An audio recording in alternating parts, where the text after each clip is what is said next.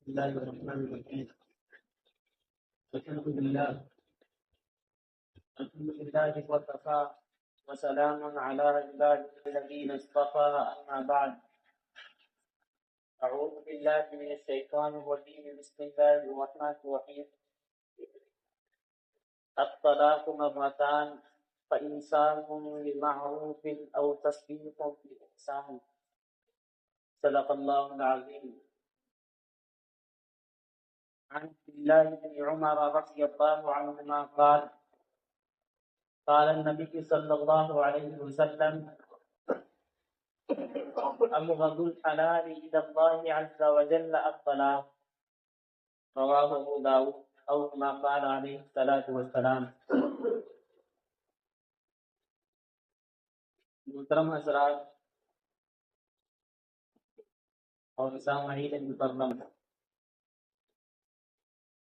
آج کا ہمارا موضوع اور آج کا ٹاپک طلاق کے عنوان پر ہے۔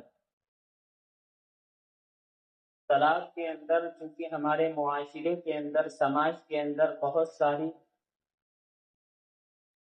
برائیاں چل رہی ہیں اور مسائل سے واقف نہ ہونے کی وجہ سے اس میں بہت ساری گڑبڑیاں ہو رہی ہیں۔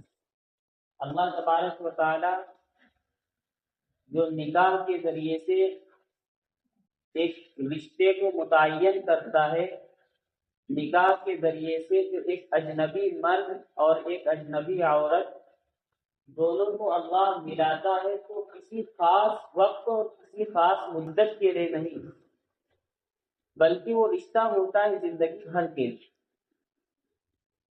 اللہ نے جو نکاح کا قانون بنایا ہے، شادی کا جو قانون بنایا ہے، اس کا واحد مقصد یہ ہے کہ دو خاندان والوں کو ملا دینا۔ اور کب تک ملانا، اس کا کوئی وقت نہیں ہے۔ زمانے جاہلیت کے اندر وقت مدت ہوتی تھی، نکاح متعہ جس کو بولتے تھے، یعنی کوئی باہر کہیں کام کرنے گیا ہے، اس کا وہاں پہ کوئی رشتہ دار نہیں ہے، اب اس کو ضرورت ہے کہ اس کے سامان کی کوئی دیکھ بھال کرے، اس کو کوئی کھانا بنا کر تیار کر کے دے، تو اس وقت نکاح متعہ کیا جاتا تھا۔ یعنی کوئی عورت اس کو پسند آتی تھی، اس سے کہتا تھا ہم 2 سال کے لیے یا ہم جب تک یہاں پہ رکیں گے 3 مہینے کے لیے، 4 مہینے کے لیے ہم آپ سے نکاح کر رہے ہیں۔ اب 4 مہینے تک اس کا خرچہ اٹھاتے تھے، 4 مہینے پورے ہو جاتے تھے، نکاح ختم ہو جایا کرتا تھا۔ تو یہ زمانے جاہلیت کے اندر اس طرح کا نکاح ہوتا تھا، لیکن جب شریعت آئی، جب اسلام آیا، تو اس طریقے کو ختم کر دیا اور یہ قانون بنایا کہ جو نکاح ہوگا تو زندگی بھر کے لیے ہوگا۔ تو اب جب نکاح ہوا، شادی ہوئی، ایک اجنبی مرد اور ایک اجنبی عورت دونوں کو اللہ نے جوڑ دیا، تو ہمیشہ کے لیے جوڑ دیا۔ اب جب تک وہ زندہ ہیں تب تک وہ ان کا رشتہ باقی رہنا ہے۔ بیچ میں ظاہر سی بات ہے جب ایک پاس انسان رہتا ہے تو کچھ نہ کچھ انبن ہونا شروع ہو جاتی ہے، کبھی لڑائی تک نوبت پہنچ جاتی ہے، مار پیٹ کی نوبت پہنچ جاتی ہے۔ لیکن اللہ نے قرآن کریم کے اندر سورہ نساء کے اندر اس کا بھی حل بتایا ہے کہ اگر کبھی آپس میں لڑائی جھگڑا شروع ہو جائے تو آپ کو کیا کرنا ہے۔ واللاتی تخافون نشوزهن فعظوهن واهجروهن في المضاجع واضربوهن فإن أطعنكم فلا تبغوا عليهن سبيلا۔ اگر کبھی میاں بیوی کے درمیان جھگڑا ہو جائے تو کرنا کیا ہے۔ آج کل ہمارے معاشرے کے اندر، سماج کے اندر کیا ہوتا ہے، لڑائی ہوئی، جھگڑا ہوا تو فوراً انسانوں کے منہ کے اوپر طلاق کا لفظ رکھا ہوا ہے، فوراً بول دیتے طلاق طلاق طلاق کہہ دیا، بلکہ 3 مرتبہ اس سے بھی آگے بڑھ جاتے ہیں اور پھر بعد میں پچھتاتے ہیں، بعد میں بولتے ہیں، مفتیوں اور مولانا کے پاس جاتے ہیں کہ مولانا صاحب کچھ بنا دی۔ اب جب ہم نے اپنا معاملہ اپنے آپ ہی سے بیکار کر لیا ہے تو مولانا بھی کیا کر سکتے ہیں اس میں۔ اگر شریعت کے مطابق انسان زندگی گزارے، شریعت کے اندر بہت ساری آسانیاں ہیں، طلاق دینے کے بعد بھی گنجائش رہتی ہے، لیکن شرط یہ تھی کہ آپ اگر شریعت کے مطابق طلاق دیتے تب، لیکن آپ نے شریعت کے طریقے کو چونکہ چھوڑ دیا، شریعت کی حدوں کو پار کر لیا، اس سے آپ کے لیے آپ کے پاس کوئی آپشن اور کوئی راستہ نہیں بچتا ہے۔ تو قرآن کریم نے یہ واضح کیا ہے کہ اگر دونوں کے درمیان نباہ نہ ہو سکے اور جھگڑا شروع ہو جائے، انبن ہونے لگے، تو سب سے پہلا کام کیا کرنا ہے؟ قرآن نے کلیئر کیا، فَعِظُوهُنَّ، سب سے پہلے واعظ و نصیحت کرنا ہے۔ اپنی بیوی کو آپ خود سمجھائیں۔ ابھی آپ کے گھر والوں کو بھی نہیں پتا چل پائے گا کہ میاں بیوی کے درمیان جھگڑا چل رہا، آپ اپنے روم میں ہیں، اس کو روزانہ سمجھائیں۔ انشاءاللہ اگر ہلکی پھلکی غلطی ہوگی اور عورت سمجھنے والی ہوگی تو انشاءاللہ آپ کی باتوں سے سمجھ سکتی ہے۔ آپ فوراً غصہ آیا، غصے میں بول دیا، نتیجہ کیا ہو؟ زندگی بھر پچھتانا ہوگا۔ اس لیے غصے میں کوئی فیصلہ بھی نہیں کرنا چاہیے، چاہے کوئی بھی ہو، کوئی استاد ہو، کوئی بڑا حاکم ہو، گھر کا افسر ہو، کوئی بھی ہو، اس کو غصے میں کوئی فیصلہ نہیں کرنا چاہیے۔ غصہ ٹھنڈا ہو جائے اس کے بعد فیصلہ کریں۔ لیکن آج کل ہم لوگ کیونکہ سارے کام غصے میں کر دیتے ہیں، وہی غصے کا نتیجہ یہ ہوتا ہے زندگی بھر پچھتانا۔ تو قرآن نے واضح کیا، فَعِظُوهُنَّ، کہ اگر کبھی ایسی نوبت آ جائے تو سب سے پہلا کام اور سب سے پہلا قدم آپ کا یہ اٹھنا چاہیے کہ آپ اپنی بیوی کو سمجھائیں، کئی دن تک اس کو سمجھانے کی کوشش کریں۔ ظاہر سی بات ہے کہ ایک دن میں سمجھانے سے ہو سکتا نہ کام چلے، تو آپ کئی دن تک سمجھائیں۔ جب بھی آپ گھر میں آئیں اس کو اچھے سے بٹھائیں، سمجھائیں، انشاءاللہ سمجھ جائے گی۔ اگر پھر بھی نہیں سمجھتی ہے، قرآن کریم نے دوسرا طریقہ بتایا، فَعِظُوهُنَّ وَاهْجُرُوهُنَّ فِي الْمَضَاجِعِ، ان کے بستروں کو الگ کر دیں۔ آپ ان سے الگ لیٹنا شروع کر دیں، وہ الگ کمرے میں، آپ الگ کمرے میں، چند دن تک ایسا کریں، انشاءاللہ اس کی سمجھ میں آ جائے گا۔ ادھر الگ شوہر سوئے گا، ادھر بیوی الگ سوئے گی، دونوں کو رات میں افسوس ہوگا، شرمندگی ہوگی کہ نکاح اسی لیے ہوا تھا الگ سونے کے لیے، نکاح کیا اسی لیے ہوا تھا الگ رہنے کے لیے؟ اب انشاءاللہ شرمندگی ہوگی۔ اگر بیوی کی کوئی غلطی ہے وہ بھی سوچے کہ ہاں ہم سے یہ غلطی ہوئی تبھی میرے شوہر اس طرح کر رہے ہیں۔ اگر شوہر کی بھی کوئی غلطی ہوگی سوچے گا چلو بیوی ہے، غلطی ہو جاتی ہے تو درگزر کا معاملہ کرے گا۔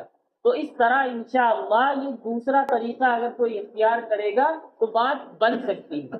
لیکن اگر کوئی بیوی اتنی زیادہ سخت ہے کہ ماننے والی نہیں، ماننے کے لیے تیار ہی نہیں ہے، تو قرآن کریم نے تیسرا طریقہ یہ کیا، وَاهْجُرُوهُنَّ فِي الْمَضَاجِعِ وَاضْرِبُوهُنَّ، وَاضْرِبُوهُنَّ، ضرب یضرب کا مطلب ہوتا ہے مارنا، وَاضْرِبُوهُنَّ، پھر ہلکی پھلکی اس کی پٹائی بھی کی جا سکتی، لیکن یہ تیسرے نمبر پہ یاد رکھنا۔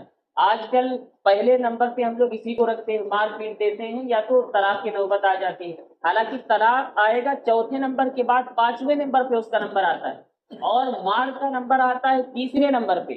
تو ہم کو پہلا نمبر اختیار کرنا ہے، اس کو سمجھانے کی کوشش کرنا ہے۔ دوسرا نمبر ہے کہ ہم اس سے الگ لیٹنا شروع کر دیں، انشاءاللہ سمجھ جائے گی۔ اگر نہیں سمجھنے والی ہے تو آپ تیسرا طریقہ پھر اختیار کریں، وَاضْرِبُوهُنَّ، آپ اس کی ہلکی پھلکی پٹائی بھی کر سکتے ہیں، لیکن پیٹنے کے بارے میں بھی شریعت نے حد متعین کر دی، آپ کو کتنا مارنا ہے۔ اگر آپ استاد ہیں یا اسی طریقے سے آپ گھر کے سب سے بڑے ہیں تو آپ کے زیر نگرانی کچھ لوگ ہیں، تو آپ ان کو کس طرح ان کے سامنے پیش آنا، کتنا مار سکتے ہیں، اس کی بھی شریعت نے ایک حد متعین کی کہ آپ اس کے چہرے پر نہ ماریں، کوئی ایسی جگہ پہ نہ ماریں جس سے زیادہ دشواری ہو، اور ایسا نہ ماریں کہ اس کے نشان پڑ جائیں۔ ہلکی پھلکی مار کی اجازت دی گئی ہے، اسی کا مطلب ہے وَاضْرِبُوهُنَّ، آپ ہلکا پھلکا اس کو مار بھی سکتے ہیں۔ تو پہلا طریقہ ہو گیا سمجھانا، دوسرا طریقہ ہو گیا بستر کو الگ کرنا، تیسرا طریقہ ہو گیا مارنا۔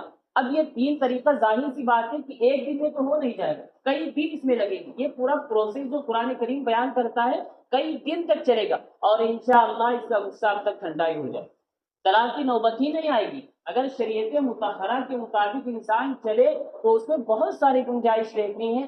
انشاءاللہ یہ جو آج غصہ ہوا تھا، اب یہ 15 دن 20 دن ہو گئے ہیں، اس کا غصہ بھی ٹھنڈا ہو جائے گا، آرام سے میاں بیوی رہنا شروع کر دیں گے، طلاق کی نوبت ہی نہیں آئے گی اگر اس طریقے سے عمل کیا جائے۔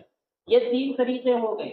تین طریقے کے بعد میں بھی اگر بیوی نہیں سمجھتی ہے تو قرآن کریم نے اگلا طریقہ یہ کہا، وَإِنْ خِفْتُمْ شِقَاقَ بَيْنِهِمَا فَابْعَثُوا حَكَمًا مِّنْ أَهْلِهِ وَحَكَمًا مِّنْ أَهْلِهَا، پھر دونوں پارٹیوں کو بلایا جائے اور صلح کی ہر ممکن کوشش کی جائے۔ جو شوہر کے خاندان میں اس طرح کے لوگ ہیں جو فیصلہ کرنا جانتے ہیں، اچھا فیصلہ کر لیتے ہیں، ان کو بلایا جائے۔ اسی طریقے سے بیوی کے خاندان میں سے ان کے والد یا جو بھی بہترین فیصلہ کر لیتے ہیں ان کو بلایا جائے۔ اب دونوں اکٹھے ہوں اور دونوں پارٹی یہ کوشش کرے اور غور کرے کہ اس میں غلطی کس کی زیادہ ہے، کیا غلطی بیوی کی ہے یا شوہر کی غلطی ہے۔ اگر بیوی کی غلطی تو اس کو ہر ممکن سمجھایا جائے، بتایا جائے، احادیث سنائی جائے، وعیدات سنائی جائے۔ اگر شوہر کی غلطی پائی جاتی ہے کہ شوہر بات میں اس کو ٹارچر کرتا رہتا ہے، بات میں اس کو دھمکاتا رہتا ہے، اس کو سمجھانے کی کوشش کی جائے۔ تو یہ جو پارٹی جمع ہوگی یہ ہر ممکن کوشش کرے گی کہ یہ رشتہ ٹوٹنے نہ پائے، ہرگز ٹوٹنے نہ پائے۔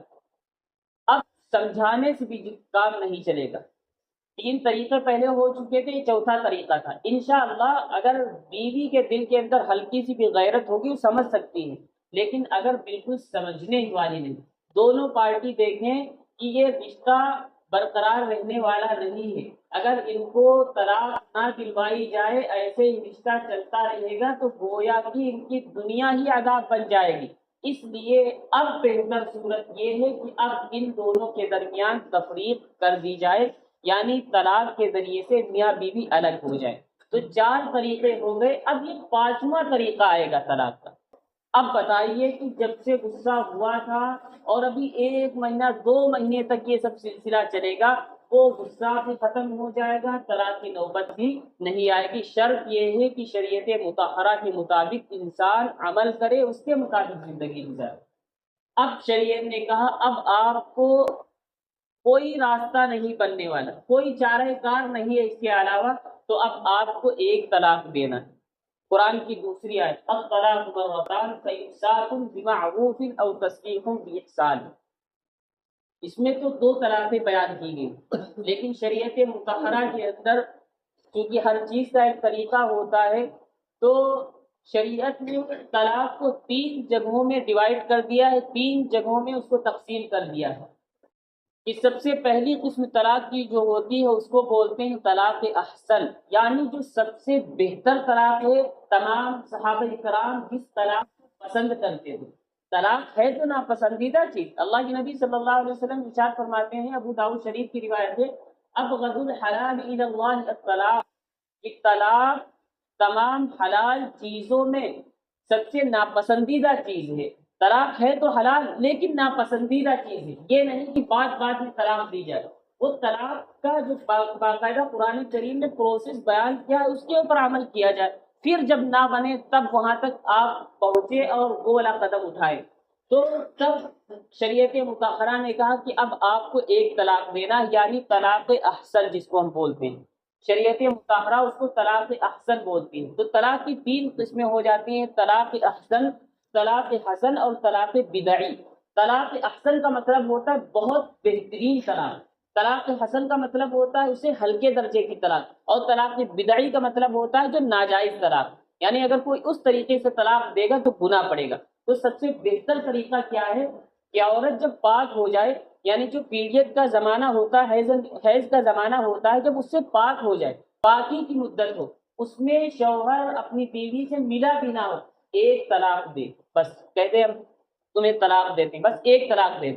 اب ایک طلاق دینے کے بعد میں وہ بیوی عدت گزارے گی۔ اب مطلقہ عورت جو ہوتی ہے، یعنی طلاق والی عورت، اس کی عدت ہوتی 3 ہے، یعنی 3 مہینے جو خون آتا ہے تو وہ ہے اس کی مدت ہو گئی۔ اگر جس کے حیض نہیں آتا، خون نہیں آتا ہے، تو اس کی مدت پھر 3 مہینے، یعنی 3 مہینے اس کی عدت ہوگی۔ اب 3 مہینہ پورے ہونے سے پہلے اس کے لیے گنجائش ہوگی کہ وہ اپنی بیوی سے رجوع کر لے، یعنی اپنی بات واپس بھی کر سکتا ہے، اپنی بیوی کو لوٹا بھی سکتا ہے۔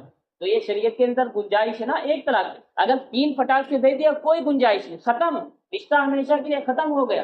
اب جب تک یہ دوسرے شوہر سے نکاح نہیں کرے گی اور پھر دوبارہ اتفاقاً جب وہ شوہر اس کو طلاق دے گا تب یہ شوہر اول کے لیے حلال ہوگی، اس کے علاوہ کوئی دوسرا راستہ نہیں ہے۔ لیکن یہ والا جو طریقہ ہے کہ ایک طلاق دے اور اپنی بیوی کو عدت کے لیے چھوڑ دے، اگر عدت گزر جائے گی یعنی 3 مہینے پورے ہو گئے، اب بھی آپ کے لیے راستہ ہے، اب بھی آپ کے لیے گنجائش ہے۔ کیا گنجائش ہے؟ کہ آپ نیا نکاح کر لیں اسی سے، پھر آپ کی بیوی بن جائے گی. اب اس کو کہیں دوسری جگہ جانے کی ضرورت نہیں، کسی دوسرے سے نکاح کرنے کی ضرورت نہیں. لیکن اب پہلے ہی مرتبہ کیونکہ اب عدت کے زمانے میں اگر اس سے رجوع کر لیا تب تو نکاح کرنے کی ضرورت ہے، لیکن عدت اگر گزر گئی تو آپ کے پاس یہ آپشن رہے گا، یہ راستہ رہے گا کہ دوبارہ اسی بیوی سے آپ نکاح کر سکتے ہیں. لیکن شرط یہ ہے کہ 3 نہ دیں، ایک میں کام چل جائے گا. اسی طریقے سے اگر 2 بھی دے دیا تب بھی کام چل جائے گا، رجوع کرنے کی گنجائش رہتی ہے، اور عدت کے بعد میں دوبارہ نکاح کرنے کی بھی گنجائش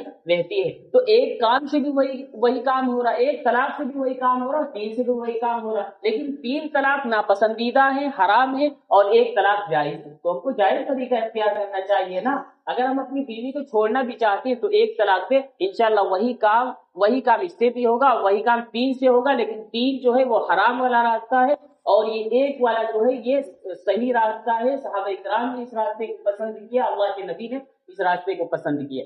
تو وقت نہیں، ورنہ اس میں تفصیل تو بہت ساری ہے طلاق کے مسائل میں، چونکہ 15 منٹ میں کوئی طلاق کا موضوع حل ہونے والا نہیں ہے. بہت پیچیدہ مسئلہ ہے شریعت مطہرہ کا، اس لیے انشاءاللہ کبھی وقت ہوگا تو اس موضوع پہ گفتگو کی جائے گی. اللہ ہم سب کو عمل کرنے کی توفیق مرحمت فرمائے.